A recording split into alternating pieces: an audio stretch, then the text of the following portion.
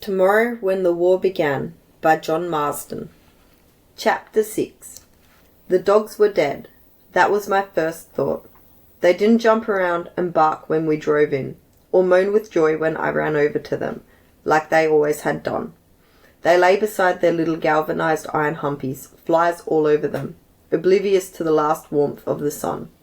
Their eyes were red and desperate, and their snouts were covered with dried froth. I was used to them stretching their chains to their limits. They did that in their manic dancing, whenever they saw me coming. But now their chains were stretched and still, and there was blood around their necks, where their collars had held. Of the 5 dogs, 4 were young. They shared a water bucket, but somehow they had knocked it over, and it lay on its side, dry and empty. I checked them quickly, in horror, one by one, all dead. I ran to Millie, their old mother, whom we'd separated from the young dogs because they irritated her. Her bucket was still standing and held a little water. As I came close to her, she suddenly gave a feeble wag of her tail and tried to stand, after I'd made up my mind that she too must be dead. The rational thing to do would have been to leave her and rush into the house, because I knew that nothing so awful could have happened to the dogs unless something more awful had happened to my parents. But I had already stopped thinking rationally. I slipped Millie's chain off and the old dog staggered to her feet, then collapsed forward onto her front knees. I decided brutally that I couldn't spend any more time with her. I'd helped her enough. I called to Corrie, "Do something for the dog," and started running for the house. Corrie was already moving that way. Her mind was working faster than the others, who were still standing around looking shocked, starting to realize that something was wrong, but not making the connections that I was making. I was making them too fast, and that was adding to my terror. Corrie hesitated, turned towards the dogs, then called to Kevin, "Look after the dogs, Kev." Then she followed me. In the house, nothing was wrong, and that was what was wrong. There was no sign of life at all. Everything was neat and tidy. At that time of day, there should have been food spread out on the kitchen table. There should have been dishes in the sink. The TV should have been chattering in the background, but all was silent. Corrie opened the door behind me and came in quietly. "Jesus, what happened?" she said, not as a question. The tone of her voice terrified me even more. I just stood there. "What's wrong with the dogs?" she asked. "They're all dead except Millie, and she's nearly dead."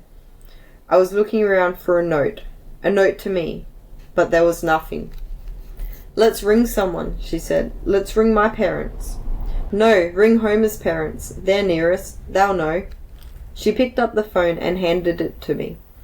I turned it to talk and started pressing numbers, then realized that I'd heard no dial tone.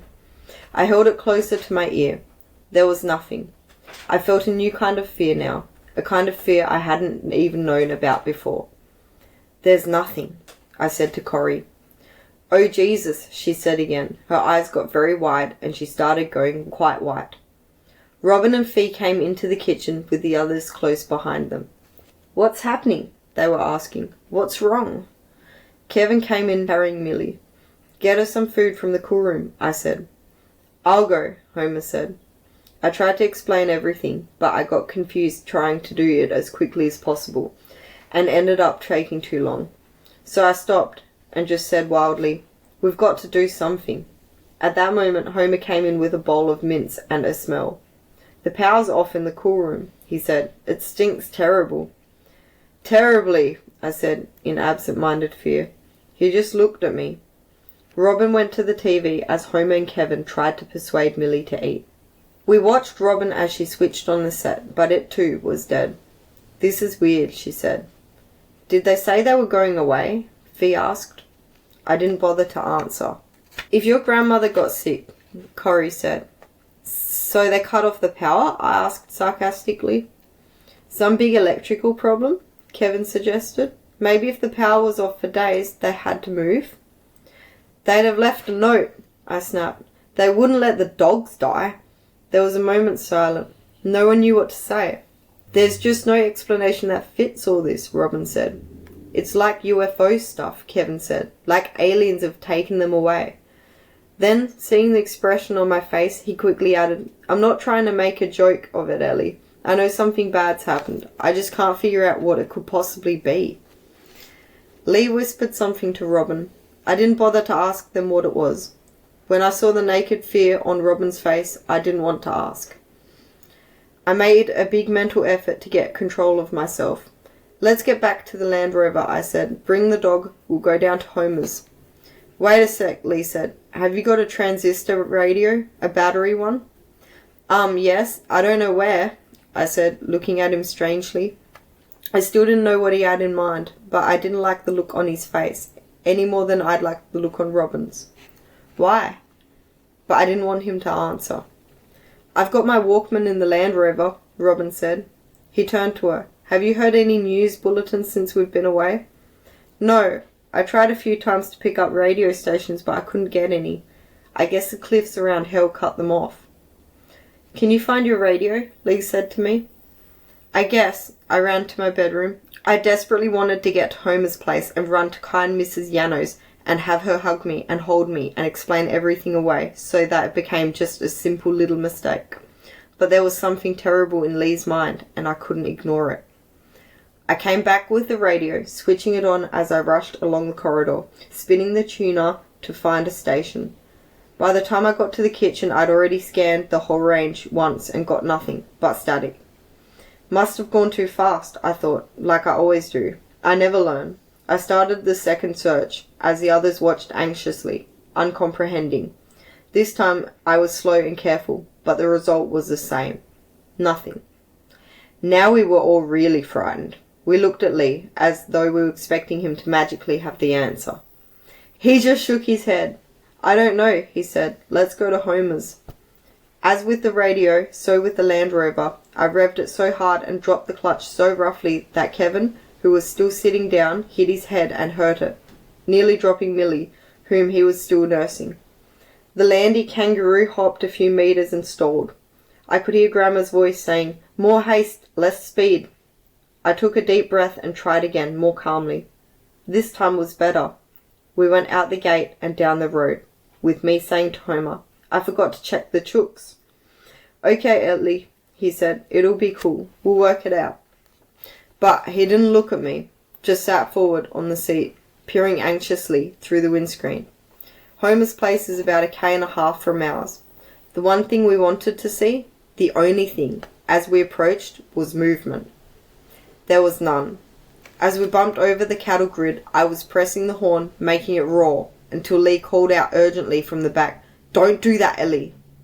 Again I was scared to ask why, but I stopped pressing the horn. We skidded hard to a halt near the front door, and Homer hit the ground running. He flung the door open and ran in, calling, Mum! Dad! But before I'd even left the driver's seat, the hollowness of his voice gave me my answer. I walked towards the door. As I did, so I heard the Land Rover start up behind me. I turned and looked. Lee was at the wheel. I watched.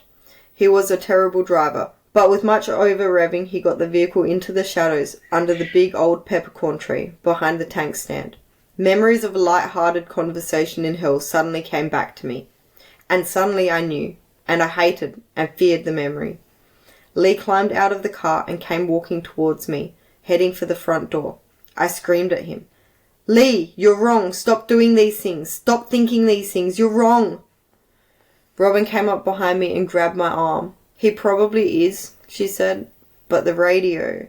She paused. Hold yourself together, Ellie. Just till we know. We walked into the house together. As we went through the front door, into the bleak, dead silence, she added, Pray hard, Ellie. Pray really hard. I am. I could hear bellowing noise from out the back of the house, so I walked straight through to the yard and found Homer, grim-faced, trying to milk their cow. Milk was leaking from her teats, and she was shifting uncomfortably and bellowing whenever he tried to touch her. Can you milk, Ellie? He asked quietly. No, sorry, Homer. I never learned. I'll ask the others.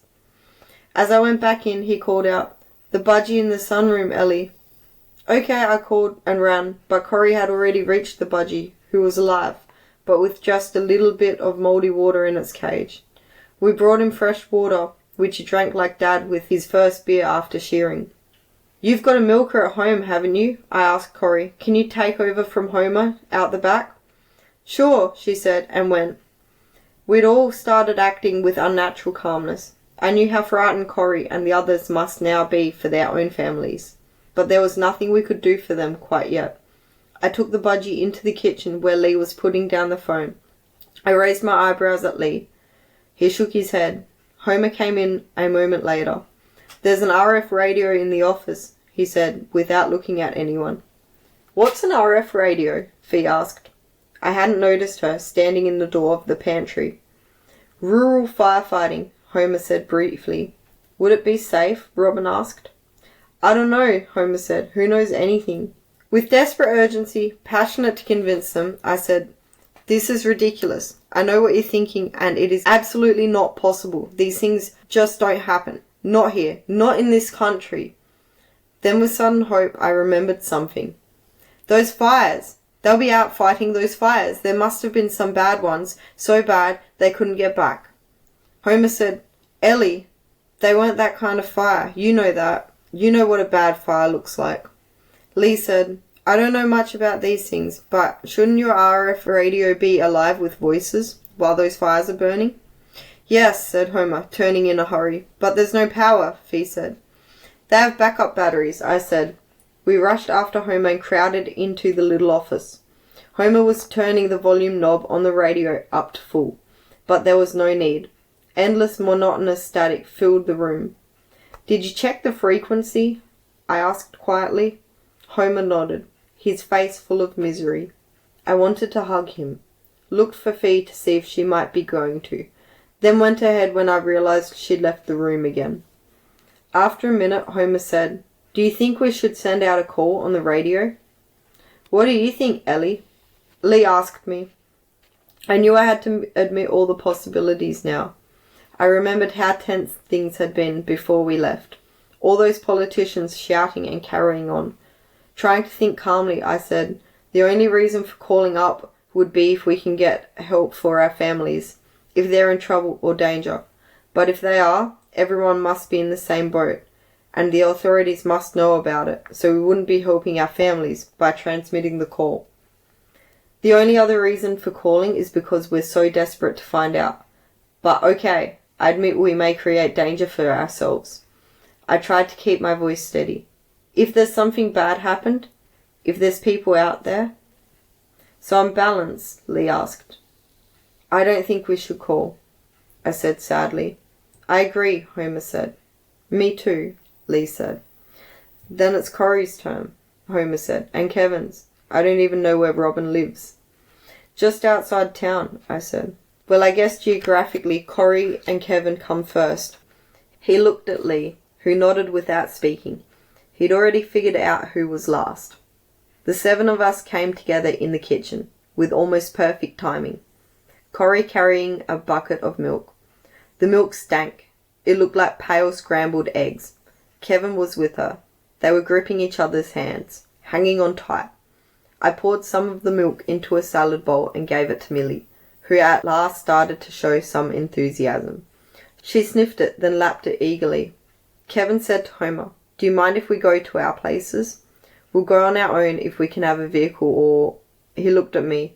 "The Land Rover." Dad said I was the only... I started, then stopped, realizing how weak it sounded. But I'd done enough logical thinking in the Yano's office. Robin took over. "We've got to think, guys. I know we all want to rush off, but this is one time we can't afford to give in to feelings. There could be a lot at stake here. Lives even. We've got to assume that something really bad is happening. Something quite evil. If we're wrong, then we can laugh about it later. But we've got to assume that they're not down the pub or gone on a holiday." "Of course it's bad," I yelled at her. "Do you think my dad would leave his dogs to die like that? Do you think I'll be having a good laugh about that tomorrow?" I was screaming and crying at the same time. There was a pause. Then suddenly everyone lost control. Robin started crying and yelling. "I didn't mean it that way, Ellie. You know I didn't." Corrie was shouting, "Shut up. Everyone shut up." Kevin was rubbing his fingers through his hair, going, oh God, what's going on?" Fee had her hand in her mouth and looked like she wanted to eat it. She was so white I thought she was about to faint. Suddenly Homer madly said, "Fee, I've heard of biting your nails, but that's ridiculous." We all looked at Fee, and a moment later we were all laughing. Hysterical laughter. But it was laughter.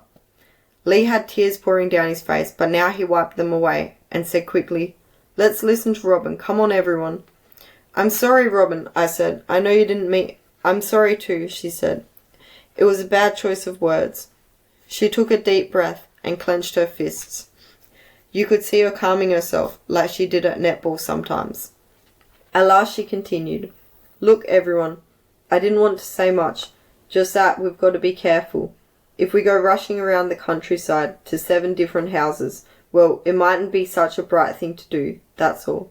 We should decide some things, like whether to stick together or break into small groups, like Kevin and Corey want to do. Whether we should use the vehicles, whether we should go any further in daylight. It's almost dark now. For a start, I suggest no one goes on from here until it is dark, and that when they do, they don't use lights." "What do you think's happened?" I asked. "Do you think the same as Lee?" "Well," said Robin, "there's no sign of anyone leaving in a hurry, like in an emergency. They left some days ago, and they expected to come back some days ago. Now what's something that everyone would have gone off to some days ago expecting to come back? We all know the answer to that." "Commemoration Day," said Corey. "The show." "Exactly. Homer," I said, "is there some way you can tell if your parents came back from the show? I mean, if I'd thought of it before, I could have looked for a couple of our bulls that I know Dad was showing, that he wouldn't have sold for any price, and he wouldn't have come back from the show without them. I mean, he would have kept those bulls in the bedroom if Mum had let him."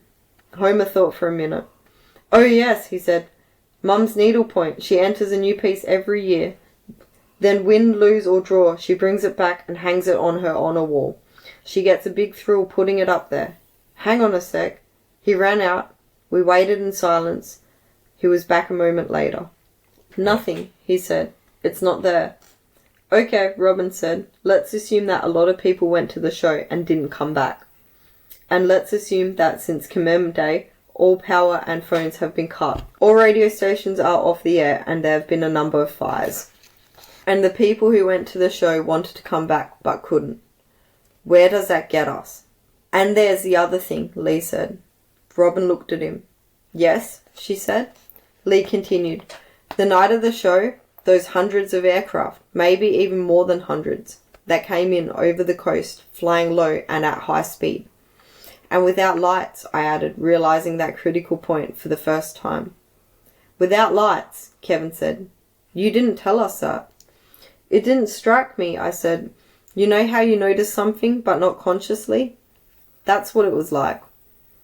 "Let's assume something else," Fee said. She sounded and looked angry. "Let's assume that what you're saying is absolutely ridiculous." She sounded like me, in this same room, not very many minutes earlier. Hadn't I said, absolutely ridiculous? But now I was starting to come around to Lee and Robin's way of thinking.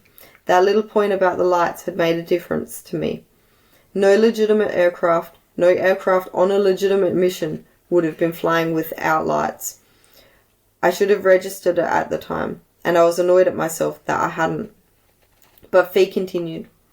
"There are dozens more likely theories. Dozens.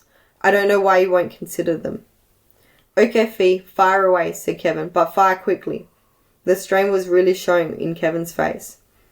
"All right," said Fee. "Number 1, they're sick.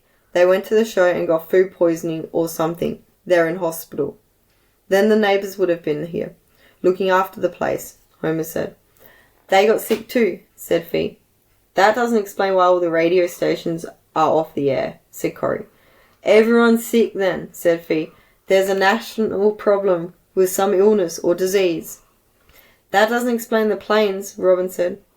"They were just coming back from Commem Day, like we said." "Without lights? And so many of them? Fee, I don't know if we even have that many planes. I don't know if our Air Force is that big."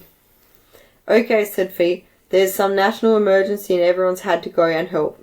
And the planes? It's the Air Force going to help, and maybe other countries' Air Forces too, all helping." "Then why would they have no lights?" Robin was shouting now, getting mad, like she did on the netball court. "We don't know that for sure." Fee was shouting too. "Fee? Shouting? First time for everything," I thought. Fee continued. "Ellie might have been wrong. It was the middle of the night. She would have been half asleep. I mean, she only just thought to mention it now. She couldn't be that certain. I saw them, Fee, I said. I'm certain. It didn't strike me at the time my eyes were working.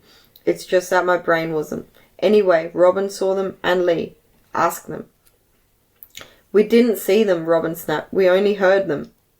Everyone calm down, Home interrupted. Stay calm or we'll get nowhere. Come on, Fee, what else? I don't know, she said. I just think they've rushed off somewhere to help. Maybe some whales got stranded. So, 2 lots of parents rush off without even leaving notes, Kevin asked. But if you take out the planes, said Fee, you haven't got nearly as much. Just some little local emergency. Don't forget the radio stations, Robin said. Lee spoke up. Fee, they're all valid theories, and I'm not saying you're wrong. You're probably right, and the planes are just a coincidence, and the radio can be explained away, and so on. But the thing that scares the sweat out of me is there is one theory that does fit all the facts, and so bloody neatly it's perfect. Remember our conversation that morning in hell? How Commemoration Day would be the ideal way to do it? Fee nodded dumbly, tears rolling down her face. We were all crying again now, even Lee, who kept talking as he wept. Maybe all my mother's stories made me think of it, before you guys. And like Robin said before, if we're wrong...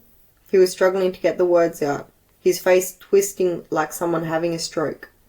If we're wrong, you can laugh as long and loud as you want, but for now, let's say it's true. Let's say we've been invaded. I think there might be a war.